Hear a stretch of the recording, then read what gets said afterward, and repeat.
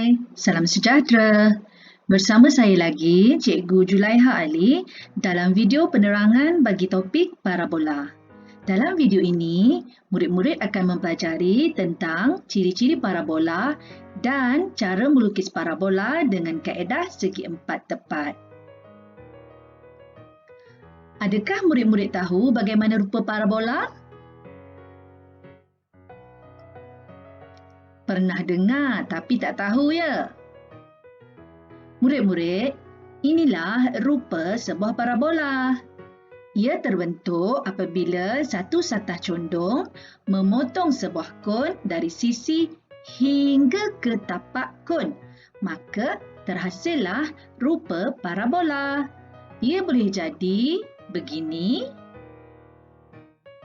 begitu, macam ni, macam tu, macam ni pun boleh. Semuanya bergantung kepada saiz yang dikehendaki atau kedudukan kon itu. Baiklah, sekarang kita berkenalan pula dengan ciri-ciri parabola. Murid-murid, dari segi istilah, parabola adalah satu titik yang bergerak dari satu titik tetap yang mempunyai jarak yang sama dengan jarak serenjang titik itu dengan garisan directrix. Sesungguhnya, memang agak sukar untuk mengingati istilah parabola ini, tetapi jangan putus asa. Kita cuba pula mengenali parabola secara teknikal. Pada lengkung parabola, terdapat satu titik penting, iaitu mercu atau vertex dalam bahasa Inggeris. Titik mercu ini terletak pada paksi simetri. Apabila kita lukiskan satu garisan yang merentasi parabola, kita akan dapat menentukan dua titik, iaitu titik P1 dan P2. Kita lukiskan pula garisan melintang yang melalui mercu bagi menentukan tinggi A. Seterusnya, dengan jarak A, kita lukiskan pula garisan melintang yang ketiga. Maka, tahniah, kita telah berjaya menemui garisan directrix. Pada garisan directrix pula, terdapat satu titik penting yang diunjur tepat daripada mercu. Cikgu labelkan sebagai A. Apabila kita lukiskan satu garisan dari P1 ke A atau P2 ke A dan kemudian kita bahagi dua garisan itu, kita akan menemui titik fokus yang berada pada paksi simetri. Cikgu harap dengan penerangan ini, murid-murid dapat melihat kedudukan mercu, hubungan titik fokus, paksi simetri dan directrix pada parabola. Murid-murid janganlah risau. Walaupun pada paparan ini nampak banyak sangat ciri-ciri parabola, tetapi semasa melukis parabola, ciri-ciri yang banyak tu tak diperlukan pun. Apa yang penting hanyalah kedudukan mercu dan paksi simetri sahaja. Lega kan? Tetapi sekiranya murid dikehendaki menentukan directrix dan kedudukan titik fokus, ulang sajalah langkah yang cikgu tunjukkan tadi. Dah faham kan?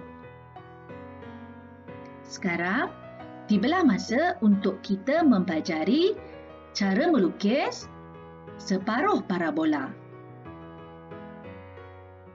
Murid-murid, pada soalan tangen ini terdapat separuh parabola yang perlu dilukis selain teori-teori tangen.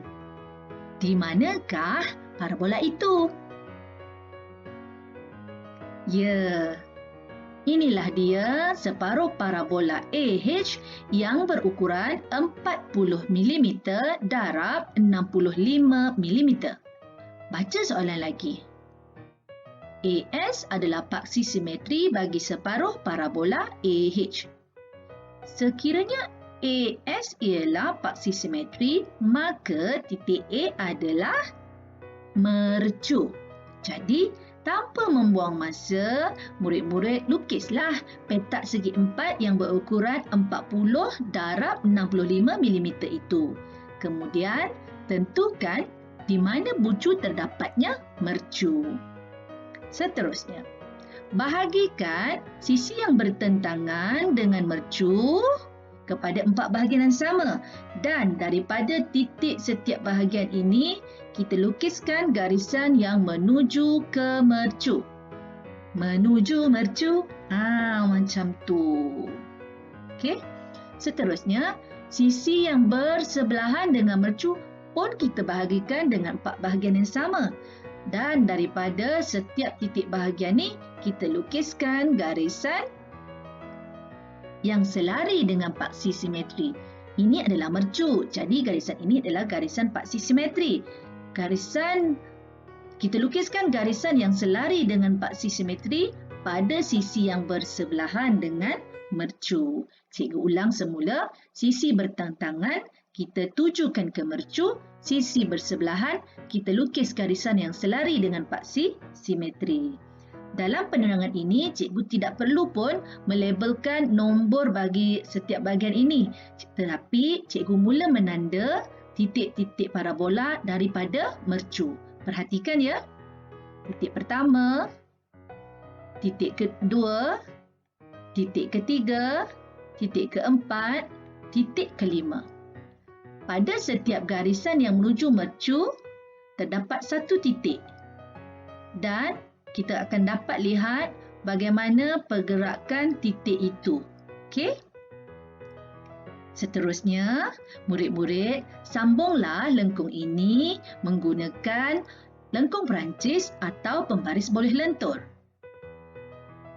Maka, dah siap separuh parabola bagi soalan ini. Senang bukan? Cikgu, bagaimana pula nak melukis parabola yang penuh? Senang je. Cara melukis tetap sama. Yang penting, tentukan terlebih dahulu kedudukan mercu dan paksi simetri. Mula-mula, kita buatlah separuh parabola yang pertama. Kemudian, buat lagi separuh parabola yang kedua. Walau macam mana pun rupa parabola itu, cara melukisnya tetap sama. Yang penting, mesti tentukan kedudukan mercu dan paksi simetri. Okeylah murid-murid, itulah saja video penerangan kali ini. Tahniah kerana anda telah mempelajari dan mengetahui ciri-ciri parabola dan cara melukis parabola. Jangan lupa untuk like dan subscribe channel cikgu sebagai tanda sokongan kepada cikgu. Hubungi cikgu melalui email tertera atau boleh tinggalkan mesej atau soalan di ruangan komen. Hingga berjumpa lagi dalam video yang lain. Bye!